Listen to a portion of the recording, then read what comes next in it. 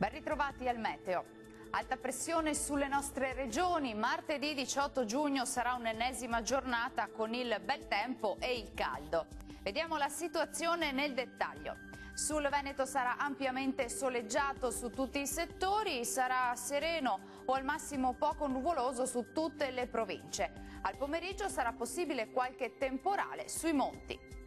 Temperature minime tra 19 e 22 gradi, massime comprese invece tra 28 e 32 gradi circa.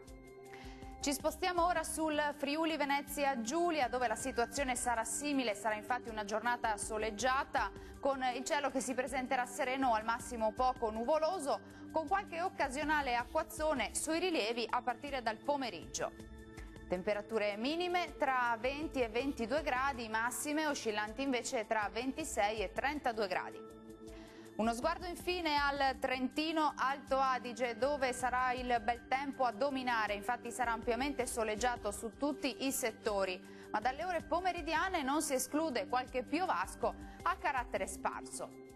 Temperature minime tra 17 e 18 gradi, massime comprese invece tra 32 e 33 gradi.